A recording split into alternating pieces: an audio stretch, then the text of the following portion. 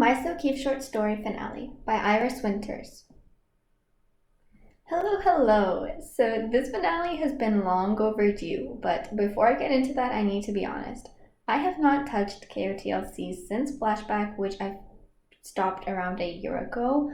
It was just personal opinion, and reasons why I stopped it was because the series felt dragged out, and I was starting to get interested in a lot more other things, and I'd been reading the series for about a year at the time, so I was getting a bit bored and did want to explore some other books.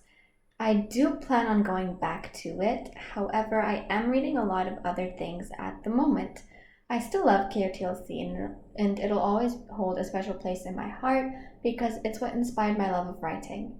However, this ending may be a bit cheap due to my lack of interest and memory about the story, only remembering the main bits of the actual series. Plus, I wrote this over a year ago, so this ending I wrote now, but the actual last portion I wrote, which was part 5, was written about 9-10 months ago, so my memory of the whole plot was kind of fading, so I had to kind of reread everything. So this ending may be a bit cheap, but I hope it's okay, and I'll try my best to write it as well as I can. So this will be the final chapter, however, stay tuned since I will keep writing other fanfiction and sharing my own work. That aside, I am making this video a bit before I plan on posting it, since as I mentioned in the last video I posted, I'm traveling. I'm making this video the night before we travel. I have no clue when I'll post again as of now, obviously some point during August, since I do plan on posting this late July. That aside, I love you guys and stay tuned. The finale, Sophie's point of view. My blood boils at the sight of Gazella in the middle of the room in all her glory. A smug smirk was painted on her lips. My grip on Keith's waist tightened. Oh God. Everyone instantly looked to Geethan, who lifted his hands in a show of goodwill. Before you all say anything, I know you suspect me for letting her in or something, but you should know her being here is her own witchcraft. He gives a one-shouldered shrug.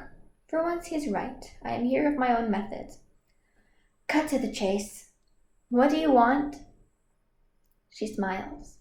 That look will forever be imprinted in my mind. The way it made my heart freeze, my lungs seemingly collapsing in on themselves as I battled to breathe. The way my knees felt like they were going to give out. Everything about that wicked grin will haunt my nightmares for years to come. I want... And that's when chaos struck. Never seen members pulled into the house left and right, blocking all exits and locking us all in. What I want is simple. Give me my son and his abilities back and you'll get all the things you need. My emotions fluctuate. Does that mean we can get the cash? Keith didn't need to tell anyone which cash he was talking about. Gazella pursed her lips, her blue eyes contemplating, calculating, weighing out. Yes. After a moment of silence in which everyone is weighing things out in their mind, Keith offers a smile before standing in front of me. If you promise not to harm anyone in here, I'll come. And you have to give us the cash. My heart sticks in my throat as I recall Giselle's bargain. No! No! I didn't realize I had spoken until all attention lands on me. That's not up to you to decide, Foster. I shake my head stubbornly. We don't accept your request. Giselle's lips curl in that way that causes my skin to bubble and lungs to cease function. Unfortunately, it wasn't a request. With that, she clicks her fingers.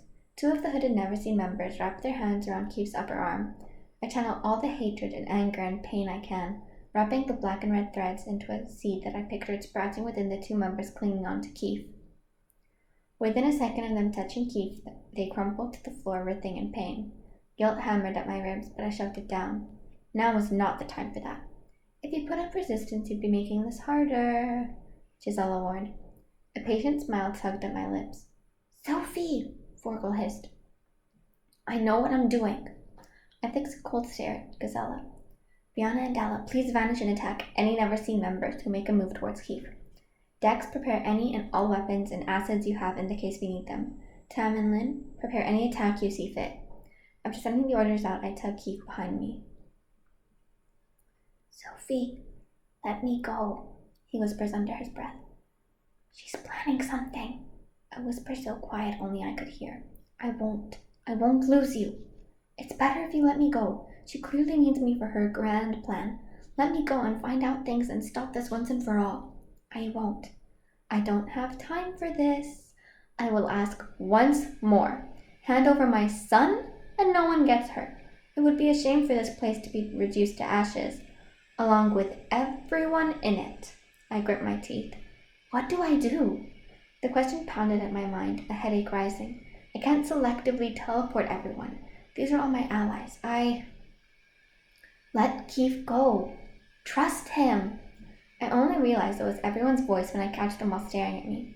Fitz had somehow opened their minds and connected everyone's thoughts and channeled them to me. Trust me, I can do this. She won't hurt me, but we all know she can kill us all right here, right now, and get what she wants. So trade me for the cash and don't worry. I swear I'll be able to end her. Tears pool in my eyes as he places a kiss on my cheek and walks up to his mom. That's a good boy. Her voice was a purr as she reveals the cash and places it in the palm of my hand. Lifting a pathfinder, she whisks herself and the rest of the never seen away. Sagging to the floor, I let my tears fall. I feel a warm hand on my back before Bianna throws herself into my arms. Don't worry, Sophie. He will come back. We will end her. That's a promise, Fitz says. I sniffle. We will get him back, I whisper. It's not the end, it's just the start. Keith knows what he's doing. He won't let his mom have her way. He'll give us time. And now that we have the cash, it's only a matter of time. Matter of time before what? Pulling away from Bianna, I rub my eyes. Mr. Forkel smiles. A matter of time before we strike back. And this time, we will put an end to them. Okay, so that ending feels a bit cheap for something I've been working on for so long, but honestly, it's the best I could do. I thought it could have been worse, so I definitely think it's better than what I anticipated, but I cannot believe I finished this. It feels so odd.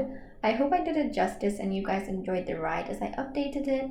If you do want to go over it all in one cohesive order, then I will be making this a playlist in my account so that you guys can check out and just go through all of the videos for this little series, I suppose. And yeah, maybe I'll rewrite it someday. For now, I hope you enjoyed it. I decided to leave it as a cliffhanger since there is a book 9 coming, so obviously the story doesn't end there, and this was 8.5, so it was never meant to be too long.